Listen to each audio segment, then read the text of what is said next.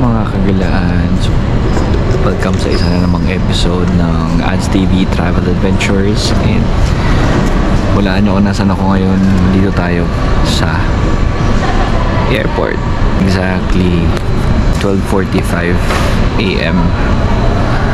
Dito kami ngayon sa Terminal 3. Pupunta kami ng El Nido, Palawan. 2 hours later. Time check, almost 7 o'clock in the morning.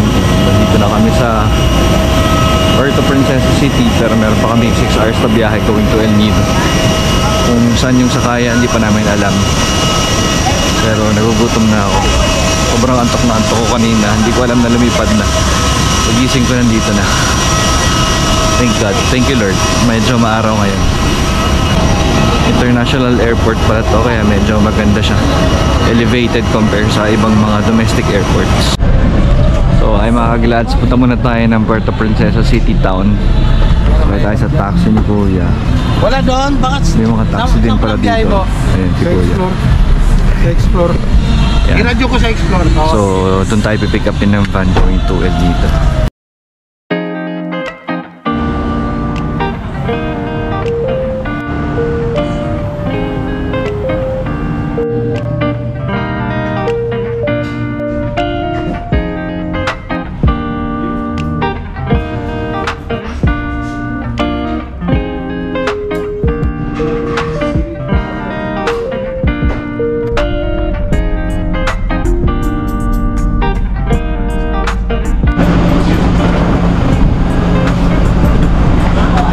Ay mga kagalaans, we are at the town of Roxas.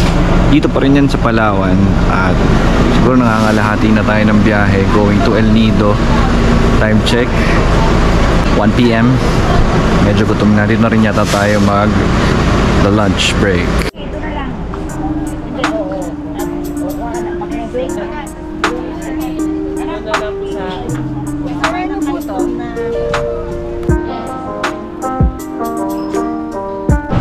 So, let me give you a quick room tour dito sa nabook namin. Dito sa One El Nido Suites. Ayan. Ayan, ang ganda ng CR nila. Spacious. Malinis. White na white. May libre. May mga towel na dyan.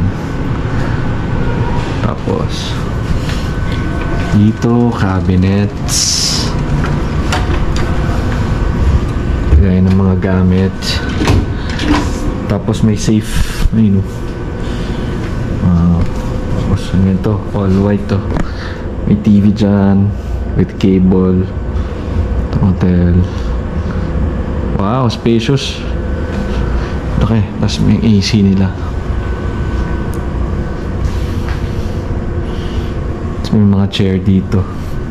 Pwede ka mag-work pala dito. And ang view mo ay town. Ayan o, bundok dito. Tapos town dito. So yun, pretty basic pero ganda, maaliwalas. At may libre din silang complimentary water and coffee at saka tea everyday daw yun. So, yun lang. Pahinga muna kami bago kami mag-explore.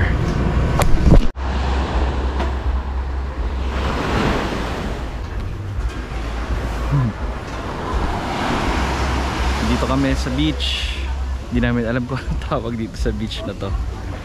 And maghanap kami ng restaurant na pagkakainan for tonight. Tomorrow. Good morning, Rise and Shine El Nido. We're on our way to our destination for today. Second day na natin. And pupunta kami sa mga beaches around El Nido, which is yung Leo, Nakpan, tsaka Duli Beach. Magba-motorcycle kami, kaya pupunta tayo dun sa motorcycle rental na kausap ko. Kaya dito tayo magre-rent sa Sky Motorcycle Rental. Yung mga motorcycle nila. Usap natin dito si Ma'am Tina. It's all good. Dito na natin kukunin yung unit.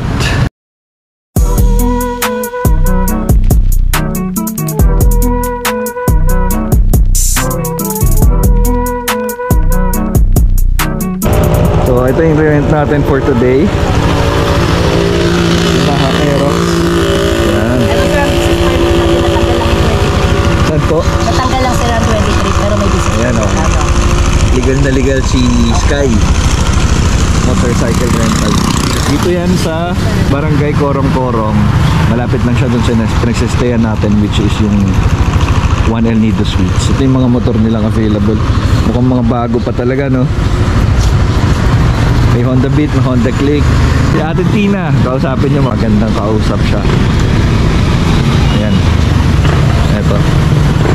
So tara, let's explore El Nido riding this motorcycle.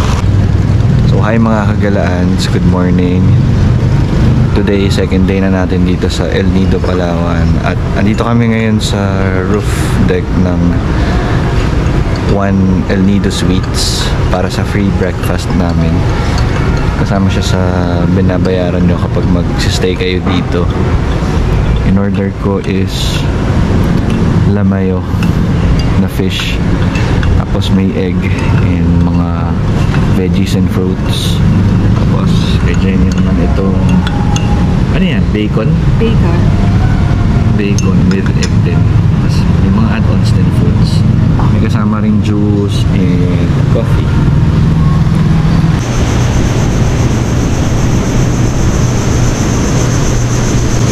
Ay mga kaglaans, we are at Leo Beach. First destination namin for today dito sa El Nido, Palawan.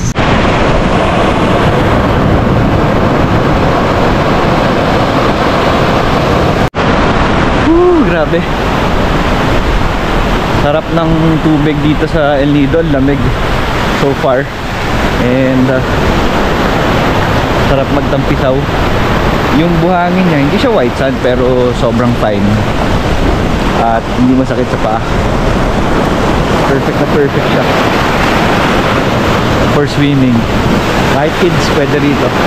Pero ngayon medyo may konting wave. Pero okay lang yan, tolerable. Kaya-kaya. Sa banda ron yung airport nila, Leo Airport. So alam ko Air Swift yata yung ano dun, yung bumabiyahe.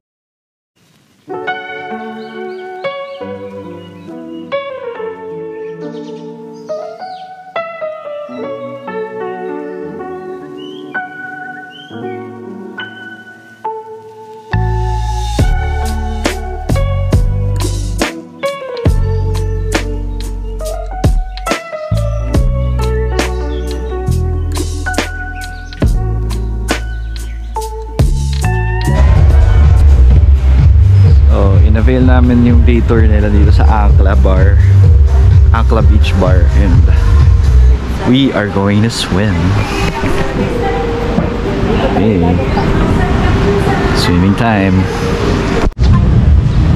So hi mga kagalaan, nandito kami nag-picnic sa Maramegmeg Beach. Malapit na to sa hotel namin, mga around 10 minutes na lang na drive ng motor. At dito kami magsa-sunset na yan. Alright, we're here at the factory and kain tayo ng ice cream and caramel with Oreo.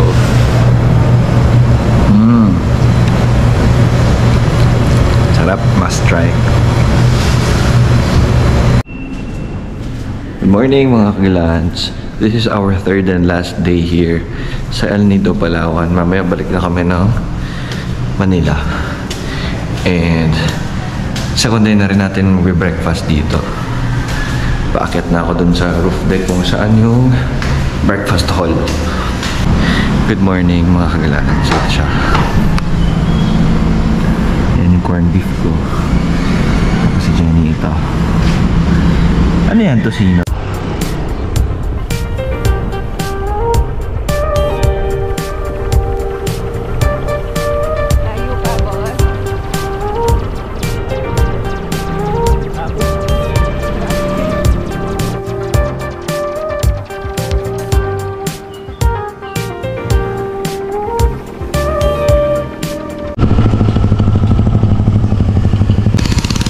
Hanggang doon? Rough road na ho. Exact. Rough road na ho hanggang doon. Dali ko rin siya sentro pag kayo sa pababa na. Huwag na tayo magkamit ng break sa harap. Bukod lang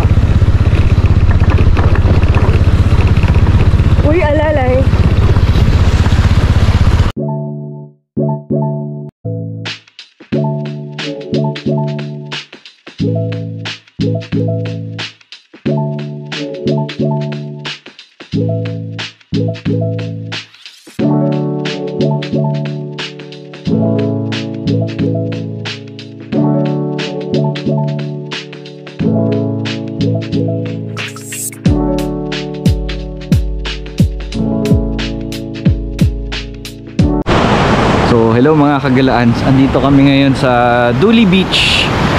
At medyo dulo na nga siya dito sa El Nido. At nakilala namin si Boss April. Siya yung tumulong sa amin kasi ang hirap ng kalsada papunta rito, rough road. Bisitahin nyo to, Tipsy Cow. Restaurant nila dito. Nagsiserve sila ng cocktail drinks. I think meron ding breakfast, lunch, and dinner. Nag-open sila 8 AM. Normally naman yung mga restaurants dito 8 AM nag-open. Bisitahin nyo sila, Tipsy Cow. Surfing spot pala to, yung Duli Beach, kasi nagtuturo din sila ng surfing. Si Kuya April din yung nagtuturo. So longboard meron sila dito. So yun, tatambay lang kami ng konti, tapos alis na rin kasi flight na namin pabalik. Ligo-ligo lang muna. Hindi pa kami nakakontento dun sa beach tour namin kahapon. So far na cover up na namin is yung Maramigmig Beach, Nakpan, Leo, tsaka ito Duli Beach, 4. Hindi na kami nag-island hopping kasi kulang kami sa oras. Friday to Sunday lang yung stint namin dito sa El Nido.